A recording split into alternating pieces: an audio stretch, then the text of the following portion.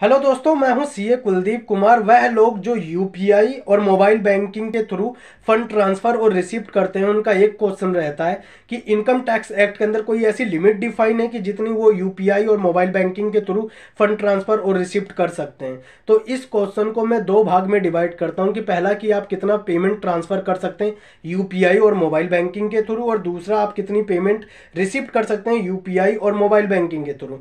तो पहला, जो आप कितनी भी अमाउंट ट्रांसफर कर सकते हैं यूपीआई के थ्रू और मोबाइल बैंकिंग के थ्रू, ऐसा इनकम टैक्स एक्ट के अंदर कोई लिमिट डिफाइन नहीं है। और दूसरा, आप कितना भी फंड रिसीप्ट कर सकते हैं यूपीआई और मोबाइल बैंकिंग के थ्रू, ऐसा इनकम टैक्स एक्ट के अंदर कोई भी लिमिट डिफाइन नहीं है। हालांकि आप जरूर ये सुनिश्चित करके चलिए कि वह जो नेट मोबाइल बैंकिंग और यूपीआई आपके सेविंग अकाउंट से लिंक है, तो आप 5 लाख से अधिक के कोई अमाउंट रिसीव कर रहे हैं तो आप इनकम टैक्स की रिटर्न जरूर भरिए। और जो भी ये ट्रांजैक्शन हो रही है यूपीआई और मोबाइल बैंकिंग के थ्रू, उसकी डिटेल आप अपनी इनकम टैक्स की रिटर्न के अंदर जरूर दीजिए।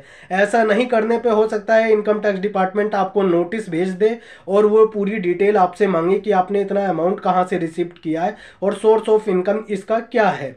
तो आप जरूर सुनिश्चित करें कि यदि आपका सेविंग अकाउंट आपकी यूपीआई और मोबाइल बैंकिंग के थ्रू लिंक है और 5 लाख से अधिक की ट्रांजैक्शन हो रही है, तो आप इनकम टैक्स की रिटर्न जरूर भरिए। तो और दूसरा यह कि वह लोग जिनका करंट अकाउंट है अपने बिजनेस के लिए, वह अपने करंट अकाउंट में यूपीआई और मोबाइल बैंकिंग से कितना भी अमाउंट रिसीव कर सकते हैं। और वो जब भी अपने बिजनेस का इनकम टैक्स की रिटर्न भरे जिसका करंट अकाउंट है, तो उसमें जो यूपीआई और मोबाइल बैंकिंग के थ्रू पेमेंट उन्हें रिसीव्ड हुई है उसकी प्रॉपर डिटेल दें। और ऐसा नहीं करने पे हो सकता है कि इनकम टैक्स डिपार्टमेंट आपको नोटिस भेज के उसकी डिटेल आपसे मांग सकता है। अब वह लोग जिनका क्या कहते हैं साइबर कैफे है या फिर जन सुविधा केंद्र है या सीएस सेंटर है, जो ऐसा काम करते हैं फंड ट्रांसफर करने का या फिर रेल की टिकट बुक करने का या फिर मोबाइल रिचार्ज करने का, वह जरूर ये सुनिश्चित करें कि कम से कम ट्रांजैक्शन अपने सेविंग अकाउंट या फिर करंट अकाउंट से करें।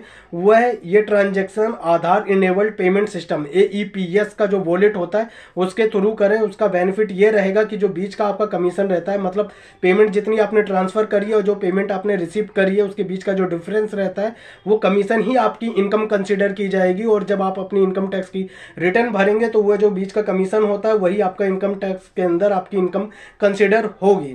ऐसा नहीं करने पे यदि आप अपना सेविंग अकाउंट से करते हैं, करंट अकाउंट से करते हैं, तो फिर आपका जो टोटल इनकम है वही आपकी इनकम कंसिडर की जाएगी। तो आपको बाद में हो सकता है कि इससे कोई दिक्कत हो। तो जरूर जिनका सीएस सेंटर है या फिर साइबर कैफे है वो जरूर इस चीज को ध्यान में रखें और अपना आधार अनेबल्ड पेमेंट सिस्टम का यूज करें। जानकारी आपको कैसी लगी जरूर बताएं। Thank you.